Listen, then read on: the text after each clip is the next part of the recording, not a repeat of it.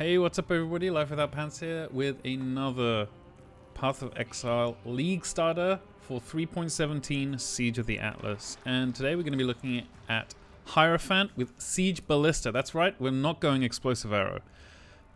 Siege Ballista is the build I played basically the whole of last league. It's absolutely fantastic. It's, I would say, S tier bossing build and A+ mapping. It's really, really good for mapping. I got a Maze of the Minotaur map here. We're just gonna, this is what the playstyle looks like. You can just run through, put down some totems, and it's really, really fast. It's, I mean, it's no Corrupting Fever for sure, but the speed with which you can map is very, very decent. There's good clear. There's no chaining or fork or anything, but there's a lot of pierce from all of your siege ballistas, and you can just chuck down all of them at once. So let's go into the build. So here's the path of building. We're going to be leveling with Armor Brand and Cremation, which overall got a buff and a nerf, so it kind of worked out exactly the same. As we're Hierophant or Templar, we're starting off going straight up to Retribution over here, and then I pathed directly over to Explosive Impact because we're going to be main leveling with fire skills. And then Elemental Overload. Elemental Overload is pretty big for this build and very, very good. I'm using 2 scepters. You can, the fire craft for scepters also got buffed this league, so it's going to be even smoother leveling.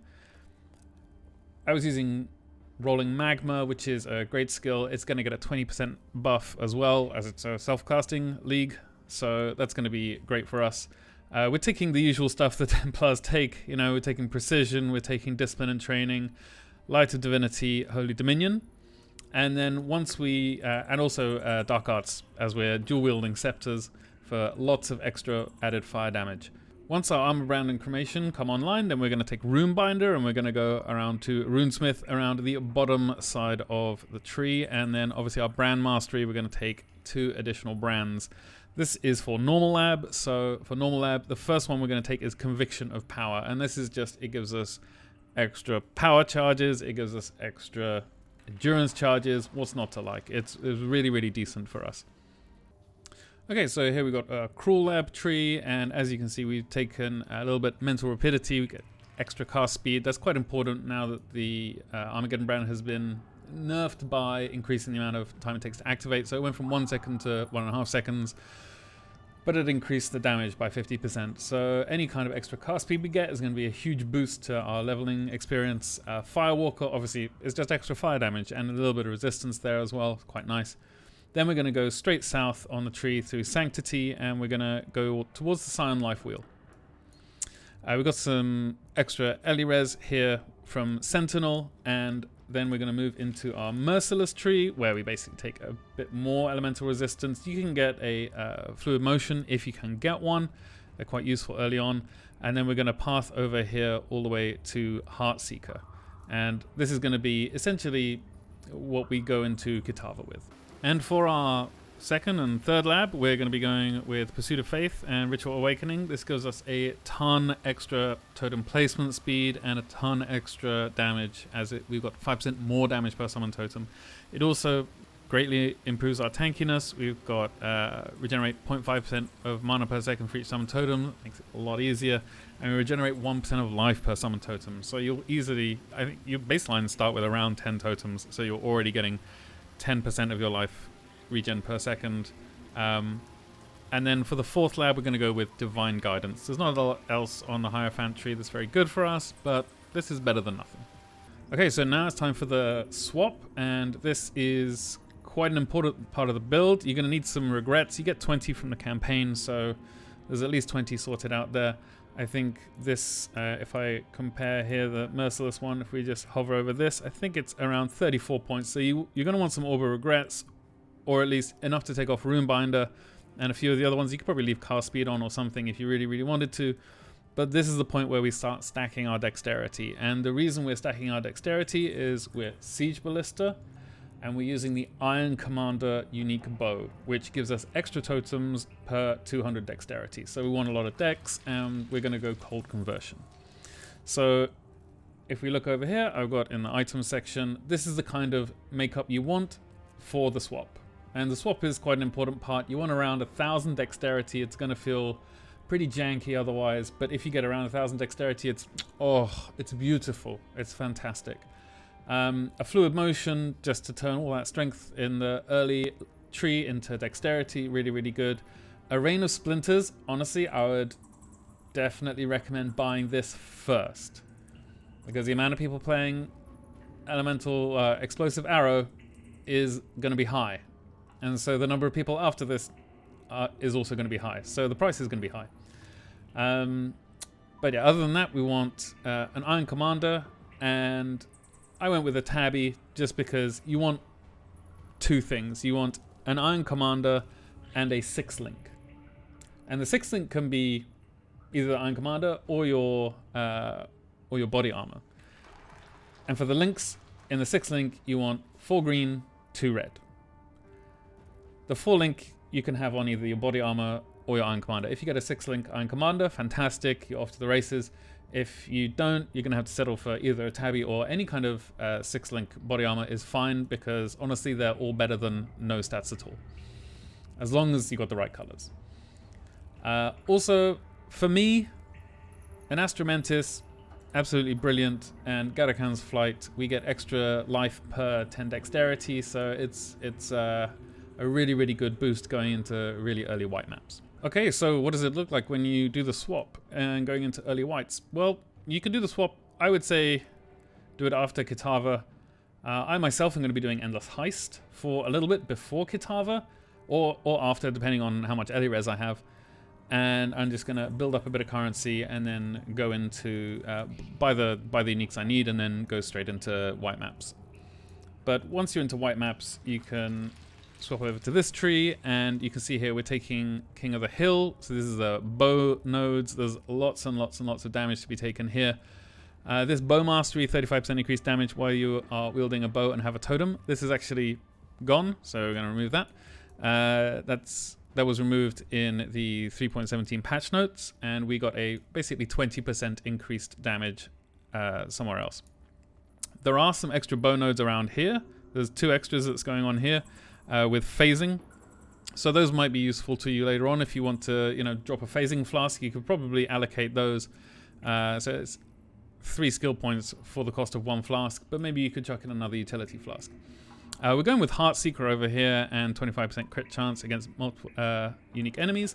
We are a crit-based build along with cold conversion from physical. Obviously, totems, we want to get stats that would summon skills that would summon a totem have 30% chance to summon 2 totems instead, because you will be getting upwards to 23 totems. You can get a lot of totems, and the more you can summon in a couple of seconds, the more damage you can do. We've got Winter Spirit over here, and then 40% of physical damage is converted to cold. Obviously, we're dex stacking. We're going for utmost swiftness down here. And then 5 dex per allocated mastery passive skill. It can change this. You might want to go with increased attributes. It depends how many passive masteries you have. I find that you can start off early game with the increased attributes, and then later on you can switch to flat dex, which obviously is great for us. We're going over here to Iron Reflexes and Ironwood and Panopticon, which are very, very strong nodes, and we've got 60% increased crit strike chance if you summoned a totem recently. This is pretty decent. Obviously, there's a life wheel here. We're going to take that whilst we're in the area, and there's a jewel slot here for just stacking extra dex, extra life.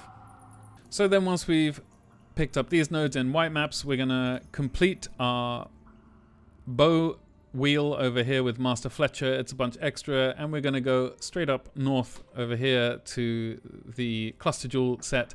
We want to be getting a medium cluster, eye level 68 plus for totem damage, and we're just going to alt spam until we get Sleepless Sentries. Ideally you want a 4 or 5, because if you get 6 then it's possible that it's more travel nodes, but just 4 or 5 passive, eye level 68 totem, and just ult spam until you get Sleepless Sentries. Sleepless Sentries gives us Onslaught if we summon a totem recently. We're always summoning totems, so we have permanent Onslaught. That's the main difference here, and we've got another Dex node over here, so we can go up to Finesse. So moving on into red maps, we've taken Finesse. We've got this one, Intuition, because it's extra life and spell suppression damage. We are getting a lot of spell suppression in this build.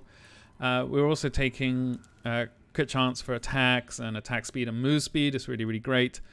We've got another Jewel in here, just extra dex, extra life. It's nothing too crazy. And if you want, you can also take these nodes as well. They're also very, very good. I mean, it's a very, very good damage average per jewel, per skill point. I'd recommend them. So let's talk about our gear real quick. We're going with, I've got a tree for the swap, which is these ones you'll definitely want. And then a tree for red maps and late game. So for the late game, you're going to want Iron Commander 6th link if you can get it. We're going for a Hiri's Demise because we're dex stacking, so this has got a bunch of extra cold damage per dex. Obviously a Fractal Thoughts. If we can get one with the Siege Ballista increased attack speed, that's even better.